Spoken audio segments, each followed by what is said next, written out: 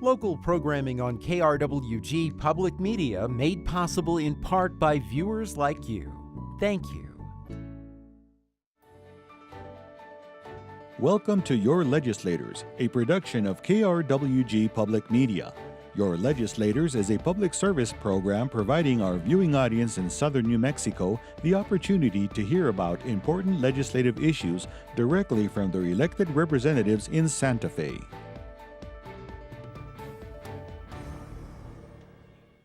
Hello and welcome to Your Legislators here on KRWG Public Media. I'm your host, Anthony Moreno. We had a lawmaker scheduled to join us this week. However, they are unavailable today. Now, when this does happen, we will have local journalists who follow the legislature joining us to talk about the legislative session.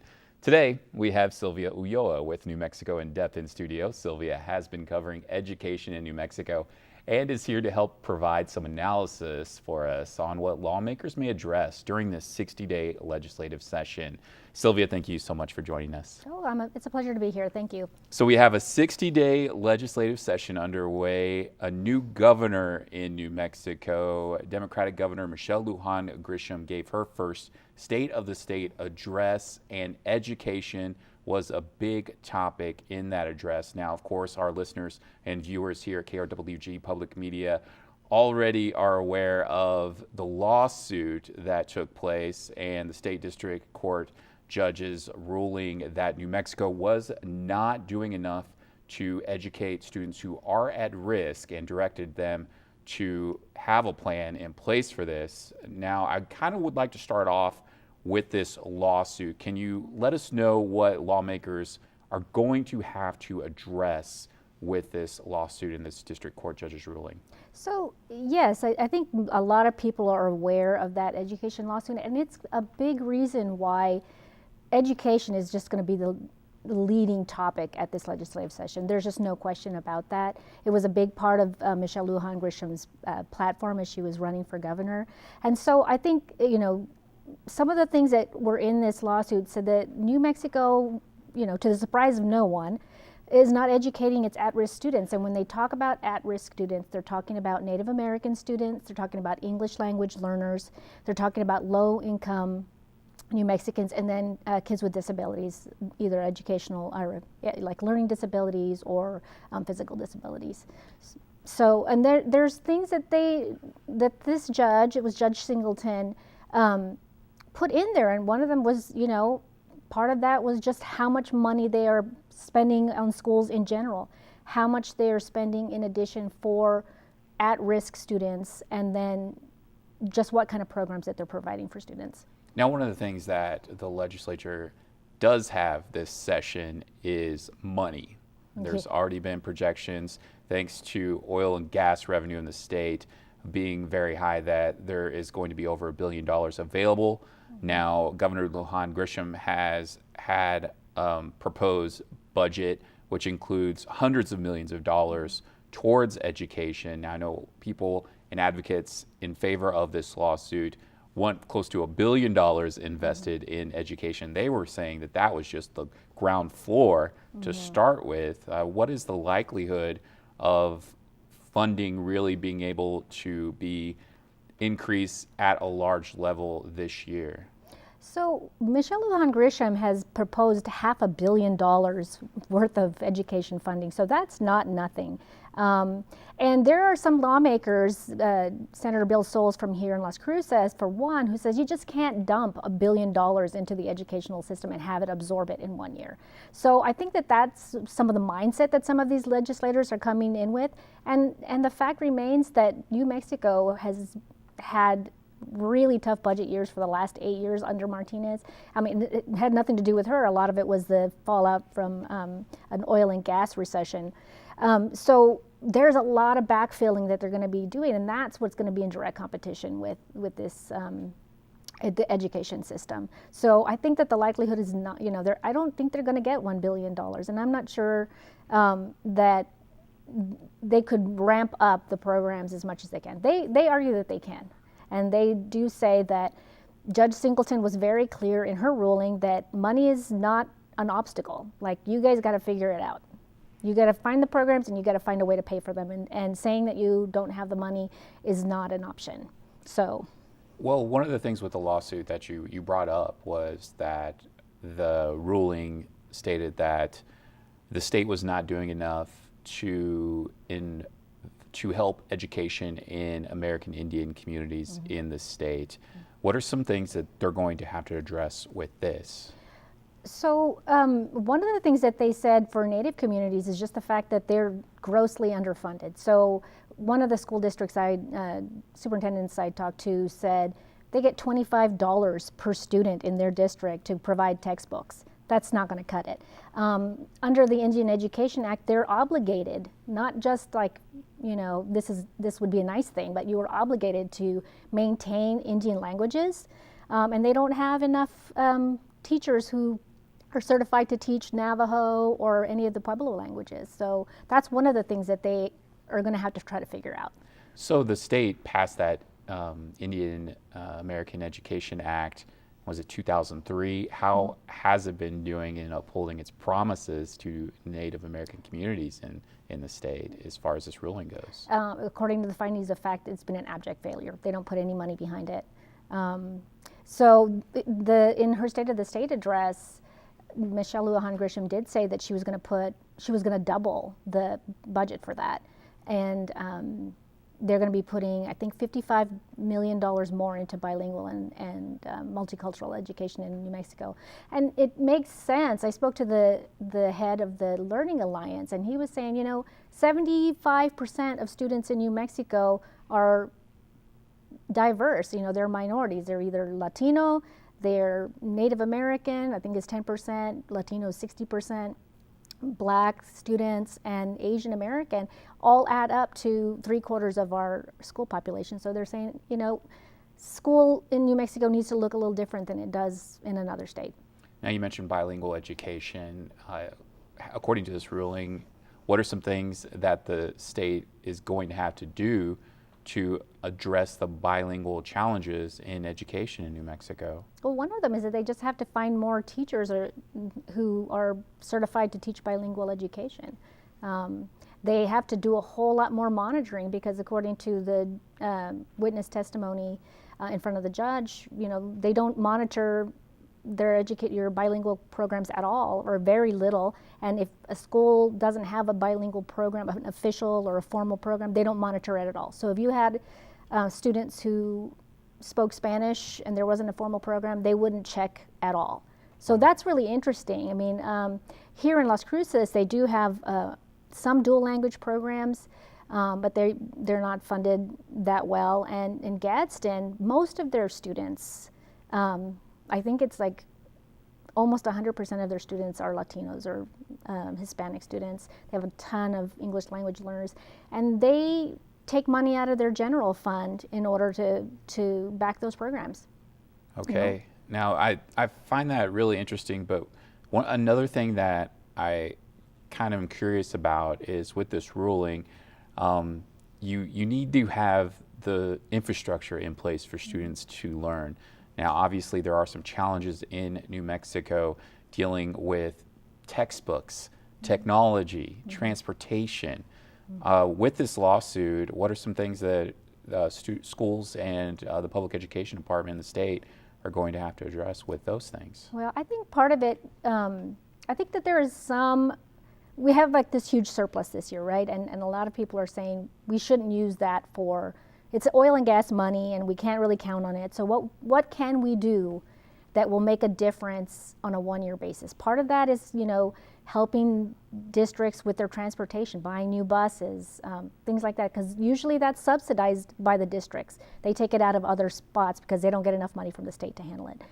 The same thing goes with buying textbooks. Like, they're going to use a big chunk of this money backfilling a lot of their textbook needs. And that makes sense, right? You have this money, but you might not need it next year or the year after that.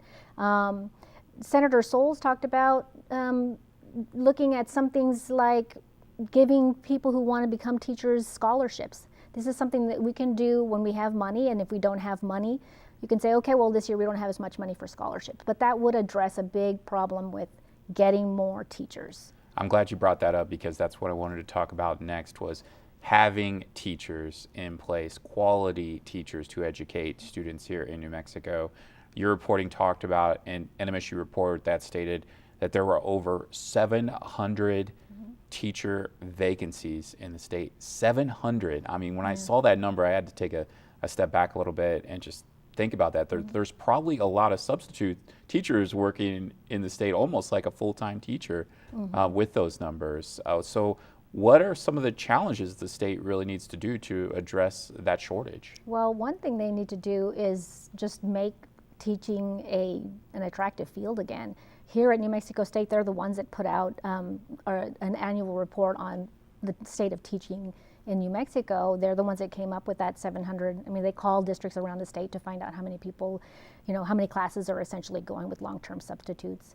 And some of the things that they're talking about is, one, not bashing teachers. Two, they're talking about, changing the teacher evaluation system, because a lot of teachers here feel like they're being punished for the results of these, high stakes testing. So part of that is being addressed by the governor. The first thing she did as governor was to eliminate the PARCC test as in the school, and also to saying that she wants to change the teacher evaluation system. So I with already, one of her first actions as governor was eliminating the PARCC test. Now, I know that did draw some criticism from Republicans in the state legislature who said that that was confusing teachers. So I was kind of curious, to do that in the middle of the school year, what are some things that people need to be aware of? I mean, what's really happening? Are they going to take PARCC tests this year still? So they will be taking the PARCC test this spring, but that should be it for PARCC in New Mexico. The governor has mandated that the PED comes up with some other testing form to comply with federal rules, because the federal government does require all schools in the country to give updates on the results and how their students are doing. So they're going to come up with something else, and I'm not sure exactly what it is. And they're getting a lot of kickback from some Republicans saying, hey, we're going to spend a whole lot of money coming up with a whole new test. And there is another problem in that, once you switch to another method, you can't compare them to the PARCC ones, right? And PARCC took, 6 years now, kind of setting a certain benchmark, right? So you could compare year after year how different schools were doing. So I think that there's some problems with switching things, just because you're not going to be able to compare apples to apples. But it was, not popular with parents. It wasn't popular with students. It wasn't popular with teachers. There might be some teachers that were okay with it, and they're probably like, well, we finally figured out how to get our kids ready for this test, and now we're going to have a new test. So I think that that's, definitely part of the conversation. Now, we were talking about teacher shortage, but what about teacher retention? You mentioned in your reporting for New Mexico in Depth that there was over, I believe, half of teachers within 5 years of coming out of a preparation program or a college here in New Mexico leave the profession. Now, the people you talked to and interviewed, what were the main challenges with this? Well, I think one is the teacher evaluation system. That is a big frustration for a lot of teachers. I think part of it too is that if you talk to, I spoke with Mimi Stewart, and she says and she's the head of the Legislative Education Finance Committee. She's a Democrat out of Albuquerque. And she was saying one of the things they need to do is be more, have a more formal mentorship program from brand new teachers, because it's really tough when you first start out teaching. How do you do this? How do you connect with students? And so they want to do more of a mentorship, like a formal mentorship program, more residencies, more teacher training, more professional development. And, like I said, not only that, but that does actually impact on schools with high level of low-income students, because they get all the newbies, they get all the new teachers, and unfortunately, after some teachers have a little bit of experience, they go to schools that don't have as many problems, and so that kind of perpetuates that, where Native American students get a lot of new teachers, Latino students, low-income students, they get the new teachers. So this would kind of solve two problems. One, ease new teachers into teaching, and also improve their results, because new teachers, are usually the least effective teachers.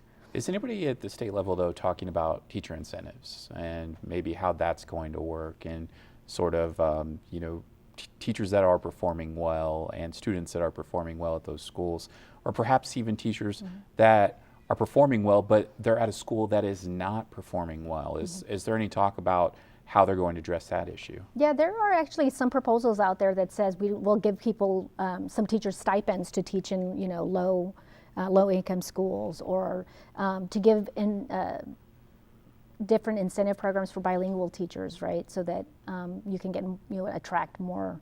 You pay them more because they have more skills, right? So there is definitely some talk about that, and I think that probably will have some traction.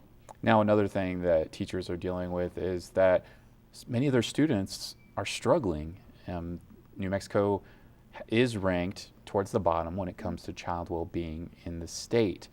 The recent Kids Count data book had New Mexico, I believe, ranked at 48th. When it comes to child poverty in New Mexico, Doña County, Sierra County, and Luna County are ranked in the top 10 when it comes to child poverty, according to that Kids Count data book that came out recently. So with this already happening, I mean, these are a number of challenges, especially when you talk about early childhood education in the state. So what is the governor talking about, and what are state lawmakers talking about to address this issue? Well, one thing that they're talking about is increasing money that gets sent to low-income schools and to schools with a high number of at-risk students. So, and this is called, I mean, it's a really technical term, but it's the at-risk factor that they, put into the fund, like the per student funding. So they're talking about raising that to to just flood a bunch of schools with extra money to kind of help with a lot of these programs. One thing that Michelle Lujan Grisham has brought up, and I think is, we can look right here in Las Cruces, is the idea of community schools. And these are schools that reach out into the community and they ask for extra help for kids that are low income. Like here at Lynn Middle School, that has become a community school. And they have the Roadrunner Food Bank having a mobile food pantry for that area. They have, they're working on building a school-based health center, which would be the only one in Las Cruces at a middle school. So there are all of these ways to try to address the social aspects of kids' needs so that they can spend time learning, right? And so that's one thing that the governor has talked about, something that's happening here. It's been in effect in Albuquerque for at least since 2008. So they're talking about sort of sending that out into different schools in the state. Now, another thing the governor and lawmakers have been talking about is more investment in early childhood education in the state, and just having, I know the governor talked about this, was having access for all kids in the state to be able to attend a pre-K or early childhood education program in the state. I believe your reporting for New Mexico In Depth mentioned that only 1/3 of 4-year-olds were in a pre-K program, and that was just a half-day program. Is that correct? Yeah, a lot of them are half-day programs. The ones here in Las Cruces are actually full-day, or in the Las Cruces public schools. That was one where, she has been talking about her moonshot for education, and one of her big pushes is going to be for universal pre-K. And when she's talking about that, she's not just talking 4-year-olds, she's talking 3- and 4-year-olds in full-day programs. So that is a really ambitious target, and she's spending $60 million this year, or she'd like to spend $60 million this year and get universal access. So if you don't want your kid in pre-K, it's not like they have to go, but she wants anybody who wants to send their kids to pre-K to have access to that. And so she wants to do that in the next 5 years. Now, this is a big challenge because New Mexico is a heavily rural state. There are a lot of rural areas that have challenges with just having early childhood education. I know you've done a lot of reporting on this. You traveled to the southeastern part of the state and found that there was a big shortage of early childhood care available, but folks in school districts there were getting creative. What did you find? Well, one really fun and cool story that I covered was in tiny little Jal, New Mexico, and that's a city, or I don't know if it's a city or a town, but it's got 2,000 souls in that whole town. And the only way that kids could have their, working families could take care of their kids was they had to drop them off with their grandparents, they had to find some kind of nanny, or they stayed home. They didn't really have any options. There was no licensed daycare in the entire town. And so the kindergarten teachers would always be taking phone calls from parents saying, hey, do you know where I can send my kid? And they were like, no, there's nothing here. And some people were trying to sneak their kids into kindergarten early and things like that. Even their own teachers would drive 30 miles out of town to drop them off for childcare. So they just decided, why don't we do that here? And so they, wrangled all of the state bureaucracy. I mean, those were two programs that were housed in the Public Education Department and the Children, Youth, and Families Department. And they got them to say, hey, can we put a daycare in our elementary school? And they did it. So that was something that they kind of figured out themselves, and they got some help from the state government to try to make that happen. And they did. Now, I'm glad you talked about bureaucracy a little bit, because the next question I have is going to have to deal with that.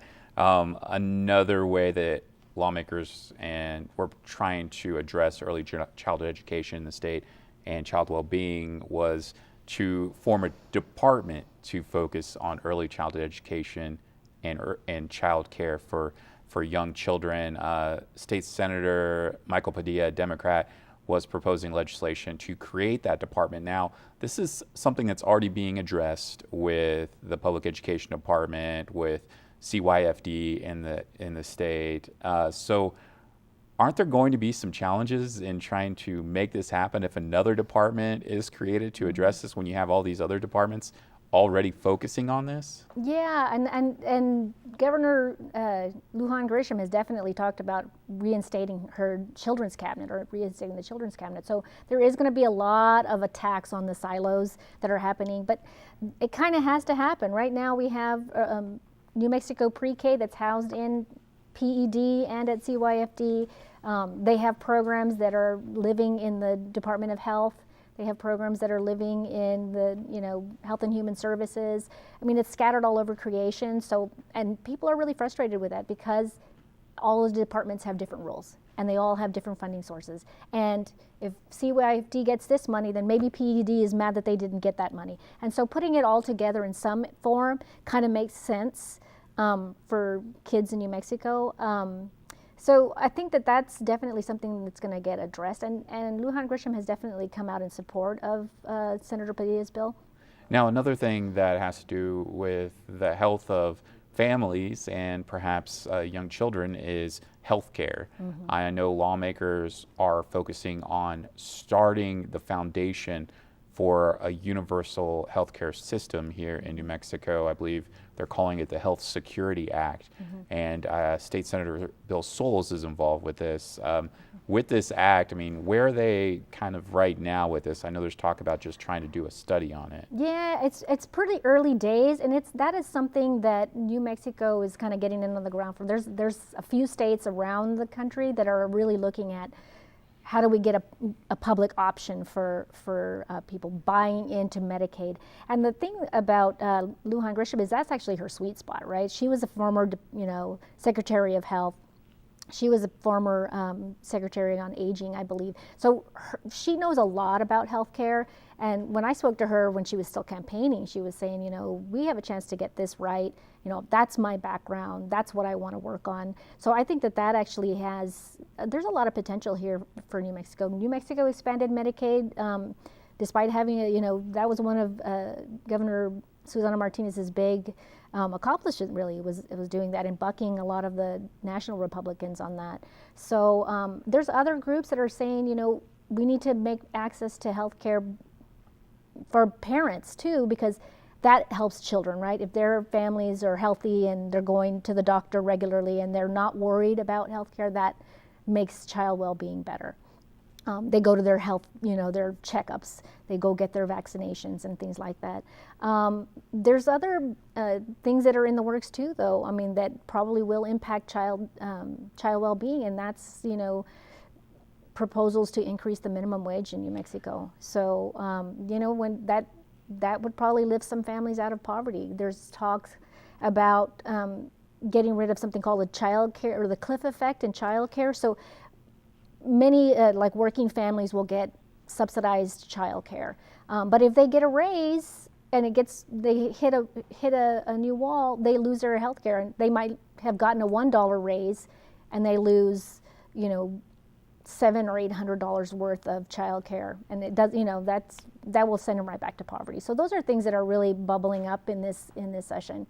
It's going to be really interesting to see what happens with this 60-day legislative session, especially when it comes down to the budget and be able to fund some of these programs. Now, times are fairly good right now this session. I mean, with oil and gas doing well and the revenue coming in. However, the fight may come down to what happens in the Senate as far as passing a lot of these programs and bills and funding them, and education as well. Senate Finance Committee Chairman John Arthur Smith has been vocal about putting all your eggs in one basket and relying heavily on the oil and gas industry. So what are going to be some of the challenges with lawmakers to try to diversify this income stream into the state? So yeah, I mean, one thing that people have talked about and they've tried to do for 7 or 8 years now is tap more money out of the Land Grant Permanent Fund. Lujan Grisham calls it the school permanent fund, so she can kind of like rebrand that as, hey, we should be using this for early childhood education. And so that is actually getting fast-tracked in the legislature. They're really pushing that so that it can go over and and face Senator Smith. So he's going to get a lot more pressure than he's had. He's been able to kind of hold that back, and even so, he just recently said, I've made my reputation on being a steward of the public tax dollars, and I'm not going to change that now. So it'll be interesting because they're going to be putting a lot more pressure on the Senate and try to go around him, because that's something that they really want. Other things that they're looking at is really diversifying the economy, and we've spoken about that before, but that's something that Governor Sylvia Martinez wanted to do, and she had a tough time, and I think that Lujan Grisham is also going to have a tough time with that. Well, we'll see how things unfold. Sylvia Ulloa with New Mexico in Depth, thank you so much for joining us. All right, it was fun. And we want to thank you for joining us for Your Legislators. Stay updated with legislative news anytime at our website, krwg.org. We are on social media as well. Like us on Facebook and follow us on Twitter. And you can email us your thoughts and story ideas to feedback@nmsu.edu. I'm Anthony Moreno. We'll see you next time.